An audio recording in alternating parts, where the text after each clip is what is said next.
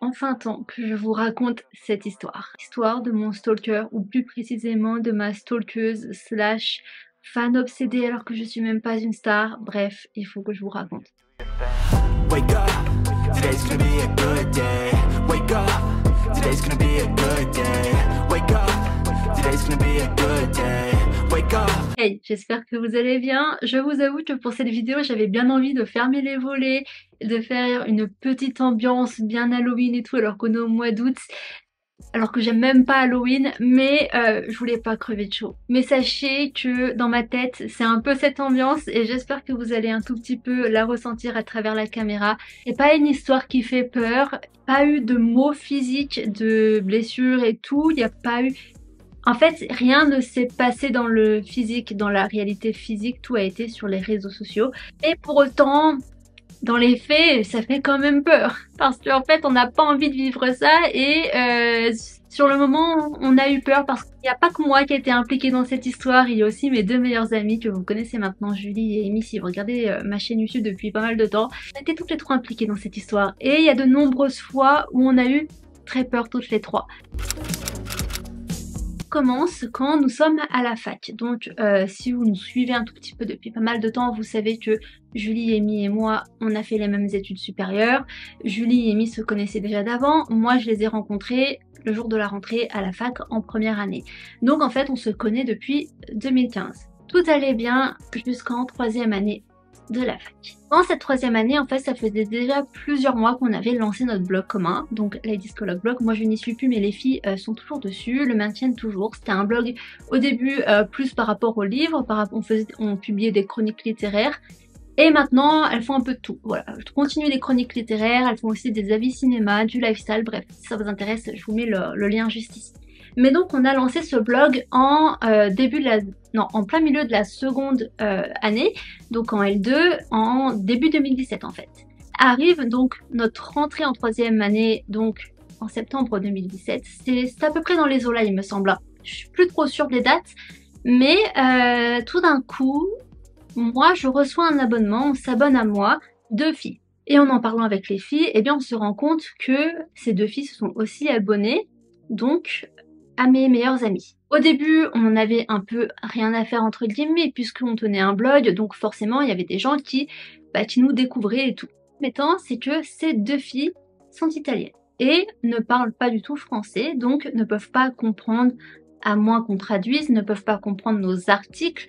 Et on avait aussi une chaîne YouTube, donc ne peuvent pas non plus comprendre nos vidéos YouTube. On peut commencer à s'inquiéter entre guillemets, et encore on s'est pas inquiété très rapidement, on a quand même mis du temps à comprendre les choses, mais une de ces 2 filles a commencé à nous envoyer des messages bizarres, si bien que au début on avait un peu l'impression soit que cette personne avait des petits soucis mentaux, ou soit que c'était un robot qui nous parlait. Pendant de nombreuses années, parfois on se disait c'est pas possible, c'est un bot, c'est un robot qui nous parle. Pas du tout. C'est juste qu'elle avait une manière très bizarre de parler, déjà qu'elle nous parlait en anglais et elle avait un tout petit peu de mal, bien entendu c'était pas sa langue natale. Donc forcément ces messages étaient très bizarres, mais passant outre la forme des messages, le contenu des messages était assez bizarre, assez lunaire. C'est-à-dire que tout de suite, en fait, les débuts de nos conversations, ça tournait autour de nos idoles respectives, et particulièrement moi de MGK, donc Machine Gun Kelly, parce que à ce moment-là, je commençais à l'écouter et je l'aimais énormément. Je parlais tout le temps de lui sur mes réseaux et tout. Je commençais à devenir fan de lui. Tout de suite, en fait, elle a commencé à nous inventer des vies, aux filles et moi, à nous inventer des vies. Avec NGK était beaucoup là, voilà. En fait, c'était drôle sur le moment. Et on n'a pas fait trop attention. Enfin, c'est pas qu'on faisait pas attention, c'est qu'on en rigolait beaucoup. Jusqu'au moment où on ne rigole plus du tout, c'est-à-dire ces dernières années. Enfin, plutôt cette dernière année. Mais voilà, au début, c'était très bizarre, très lourdingue. Et de nombreuses fois, on n'arrêtait pas de lui dire « mais c'est pas vrai ».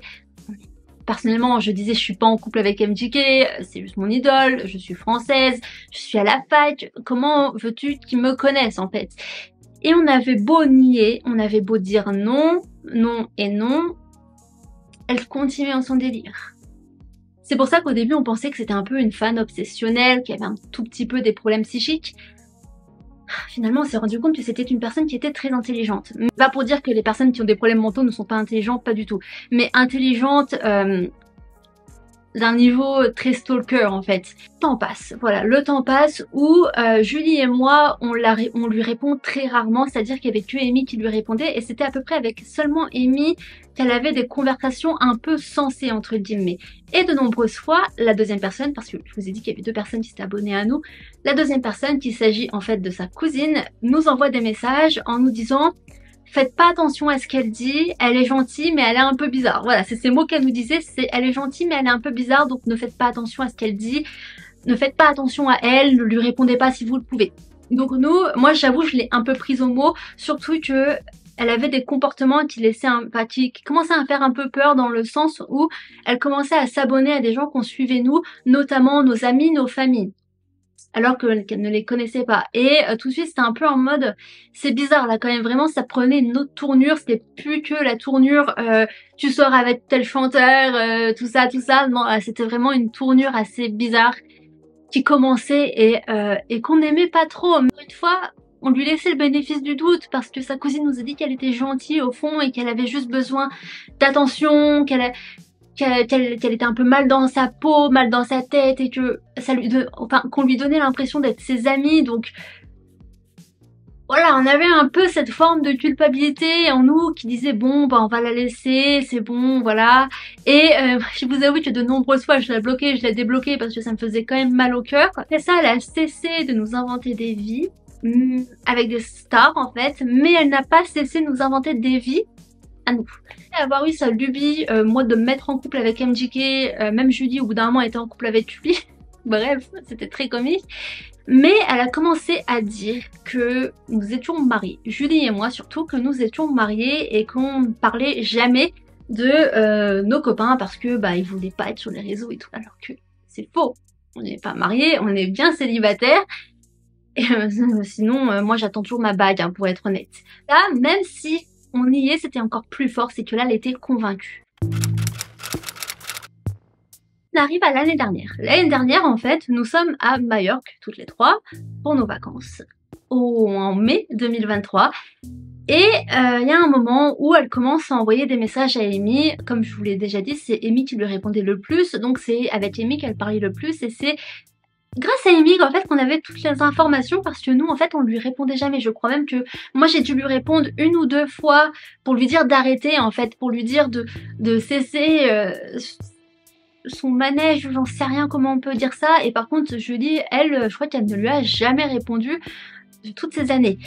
Elle a quand même été la plus intelligente de nous 3 sur ce moment. Là en fait elle a commencé à dire à Amy, donc elle répétait encore et encore à Amy qu'elle était persuadée que Julie et moi nous étions en couple, mais qu'on ne voulait pas partager nos copains, nos faux copains.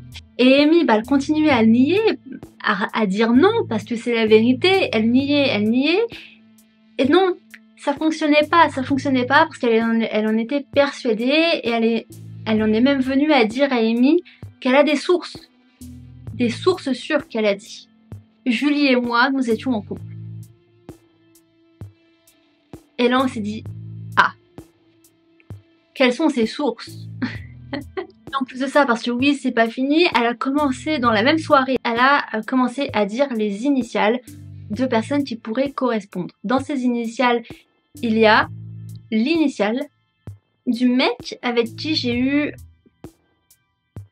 un petit quelque chose. C'est même pas un quelque chose qu'on a eu, on a juste parlé, on n'a jamais été plus loin que parler, à la fac, pendant ma première année à la fac. Parce que ce mec, en fait, on s'est parlé sur Messenger et on était seulement amis sur Facebook pendant ce temps-là.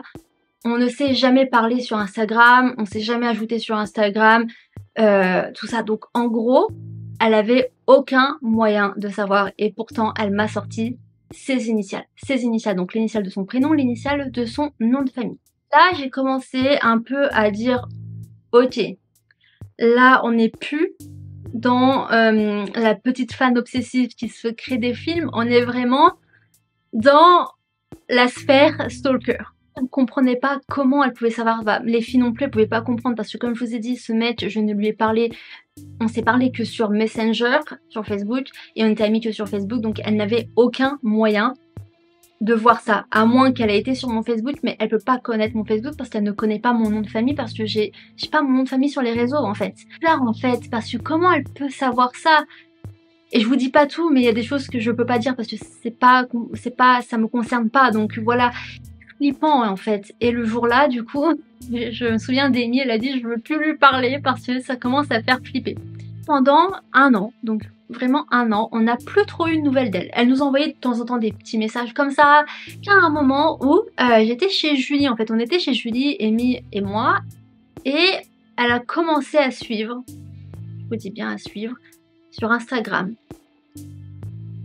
plein de mecs qui avait le prénom de ce mec dont je vous ai parlé, avec qui j'ai eu un truc en début de la fac. Elle a commencé à les suivre tous sur Instagram. Parce qu'elle est persuadée que c'est avec ce mec que je suis en couple apparemment, alors que pas du tout. Et là j'avoue, j'ai commencé à flipper. Je me suis dit, là c'est chaud parce que imagine, elle le trouve sans faire exprès, elle s'abonne à lui. Parce qu'en fait, elle s'est abonnée à un mec qui avait vraiment le même prénom, le même nom de famille, sauf que c'était pas le même. Elle s'est vraiment abonnée à lui. Et là, je me suis dit, oh putain, imagine, elle lui envoie un message, mais qu'est-ce que je fais, moi, dans ces cas? Qu'est-ce que je fais?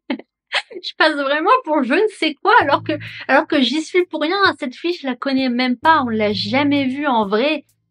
Jamais. Là, je lui envoie un message, et je lui envoie un message en italien pour vraiment qu'elle comprenne, parce que parfois on avait l'impression que quand on lui parlait en anglais ou même en français, elle ne comprenait pas, parce qu'elle apprend le français apparemment. Et même l'anglais, enfin, du coup j'ai dit stop, j'envoie en italien, j'ai un peu des connaissances en italien, mais j'avoue que Google Traduction m'a beaucoup aidé, donc je lui envoie un message en italien lui disant de cesser, lui disant d'arrêter de s'abonner à ces personnes, parce que déjà la majorité de ces personnes, bah même toutes en fait, il y avait pas, à part des mecs qui ont le même prénom, qui sont célèbres, que je connais de nom bien évidemment, mais je les connais pas, et je lui dis arrête, je n'en connais aucun, et tu te fais des films, et auquel cas c'était vrai, ça reste ma vie privée en fait. Elle a pas aimé, vraiment elle a pas aimé, elle m'a bloqué. Et ça, cette dernière année, ça a été vraiment le moment où en fait elle faisait que me bloquer. Elle me débloquait, elle me bloquait, elle me débloquait, elle me rebloquait. Vraiment, c'était comique. Finalement, on arrive 2 mois après ce moment Instagram là. On est au mois de mai dernier, donc en mai 2024. On est chez Julie pour son anniversaire.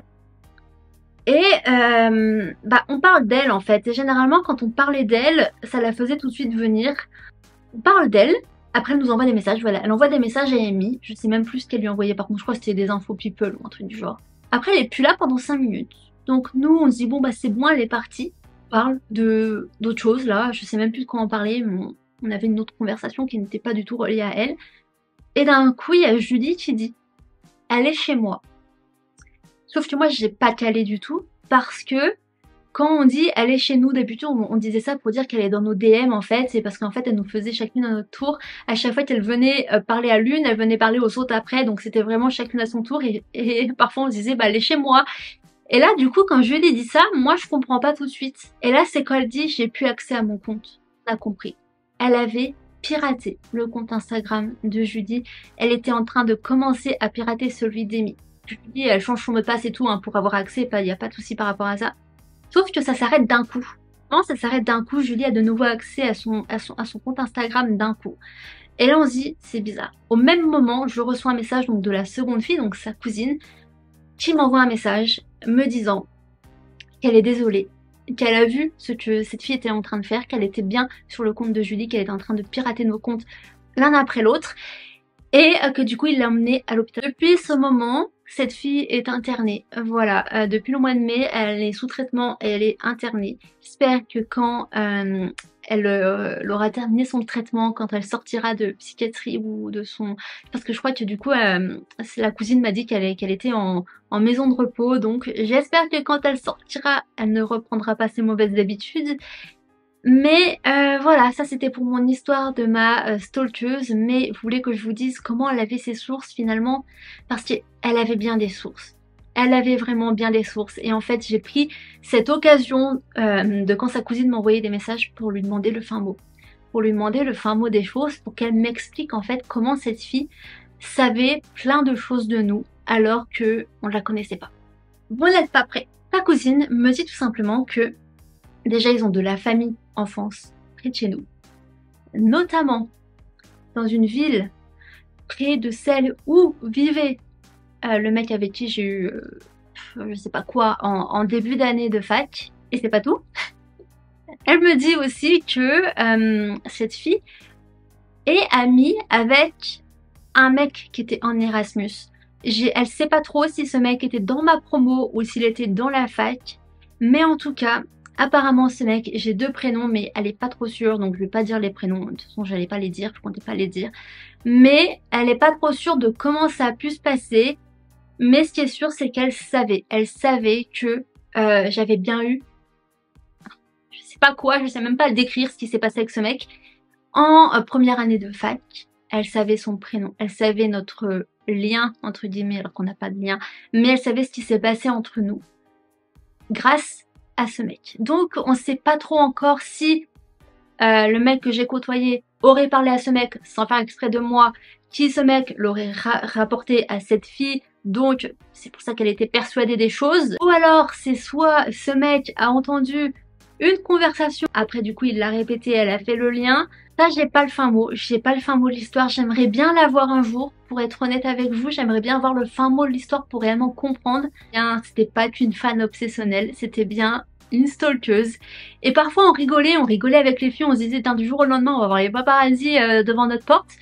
Bah au final on n'était pas si loin, des choses. En gros j'ai bien été vérifiée, donc oui elle me disait bien que le pote qui était en Erasmus était bien ami avec des gens qui étaient dans mon université et apparemment dans ma promo. De toute façon c'est obligé que ça soit dans ma promo parce que j'ai l'impression qu'on a quand même été assez discret avec ce mec. Parce qu'en fait on a fait que parler, on n'a rien vécu en fait, on n'a jamais été en couple ni rien. Donc c'est forcément quelqu'un qui nous a vus, qui nous a observés. Et ça je vous avoue que du coup le fait de savoir qu'on a été observé, qu'on a été stalké pendant ces 3 années de fac, c'est assez perturbant en sachant que moi, mes années de fac, c'était vraiment les meilleures années de ma vie. J'ai un peu l'impression que ça a terni en fait ce moment, enfin les moments que j'avais avec mes meilleurs amis, les moments où on rigolait, où on avait des fous rires et tout. Du coup en fait cette sensation d'avoir été, bah non parce que je l'ai pas senti, mais du coup maintenant de savoir qu'on a été potentiellement observé, ça fout les boules quand même, vraiment ça fout les boules. Mais écoutez, la bonne nouvelle c'est qu'elle est traitée, c'est qu'elle est internée pour le moment et j'espère que son traitement va fonctionner. Voilà, je l'espère du fond du cœur. J'aimerais quand même un jour avoir vraiment le fin mot des explications parce que même si sa cousine a des suppositions et qu'elle est sûre que ça s'est passé comme ça, j'aimerais quand même avoir vraiment l'exacte explication. Mais je sais pas si ça arrivera un jour. Mais voilà, c'était mon histoire de ma stalkeuse, de ma stalker. C'est une fan obsessionnelle, je sais même pas comment on peut l'appeler. Je pensais jamais vivre ça un jour, hein, pour être honnête. Surtout que à l'époque, on n'avait pas non plus des millions d'abonnés sur le blog. Hein. Si on faisait 1000 vues par mois, c'était tout bon. Et personne, on n'était pas connus ni rien. Donc en fait, de se dire qu'on peut vivre ça, même sans être des célébrités, des influenceurs et tout, bah, ça fait peur quand même. Voilà. Et je recommande à personne cette expérience. Mais écoutez, si cette vidéo vous a diverti, si elle vous a plu, bah tant mieux, voilà. Faut bien trouver du positif dans le négatif, hein, comme on dit, plus il y a le plus, comme dirait Lena Situation, mais bon, voilà quoi. J'espère que cette vidéo vous a plu, si c'est le cas, n'hésitez pas à laisser un petit like. N'hésitez pas à me dire en commentaire, qu'est-ce que vous pouvez me dire en commentaire, est-ce que vous avez déjà vécu quelque chose comme ça? Si c'est le cas, n'hésitez pas à me le mettre en commentaire, écoutez. Surtout, n'hésitez pas aussi à vous abonner, ça me fait plaisir, ça m'encourage, en plus de ça, c'est gratuit. Moi, sur ce, je vous fais de gros bisous. On se retrouve dans une prochaine vidéo. Plus positif quand même. Peace.